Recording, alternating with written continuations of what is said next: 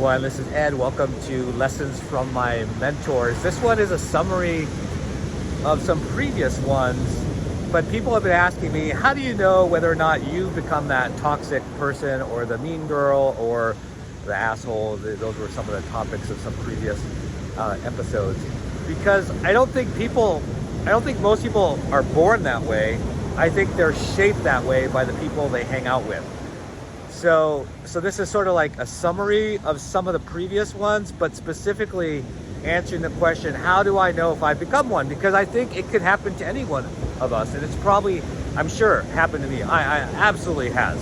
So you have to be able to recognize it in order to reverse it and get out, because it's a terrible, terrible way to live. And you know the people who live that way are pretty miserable people, as the surf catches up to me here. I'm in, what's it called, Half Moon Bay. It's so beautiful, and out here to do my run, so totally unfiltered. So one way is if your peer group is directing you to be negative towards a person.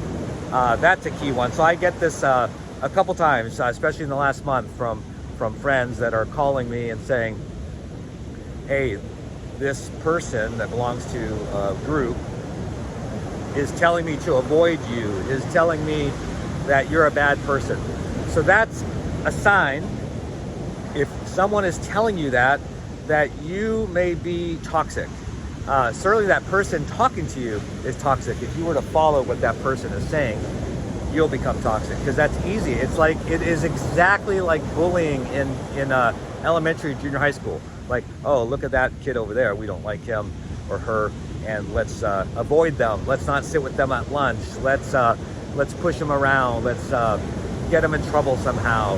That same behavior it takes place in the workplace and in professional societies. So again, how do you know if you become that person? It's a great question to ask ourselves all the time, because as I said, easy to happen.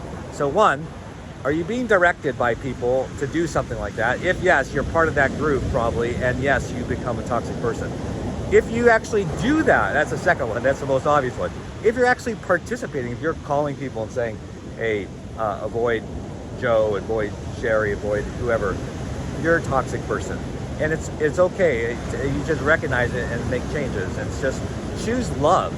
Choose to believe the best in people. Choose not to believe because someone else is mad, that you become mad about them, something like that. A third thing is you definitely know you're toxic if the target is someone who's helped you. And so the fourth, which is related to that, is you now view them as a competitor. So I know of many stories where like you'll help people get to where they are, and suddenly they no longer acknowledge your help or anything about you. You become toxic. So I've had that happen where I'm like, someone's helped me and I now look negative towards them and stuff like that. That was a trigger for me to say, oh my gosh, something's wrong with my spirit. I need to change. And then again on the last example as well, where you start viewing everyone as a competitor, and then it brings out these toxic elements. So those are four ways, and it comes up slowly. I don't think most people think of themselves as toxic, but ask the question, and I think it'll help reveal your heart. And again, always look at your heart. Like, are you doing the right thing? Are you loving someone? It's like my dad is about to do another TED Talk on the Holocaust.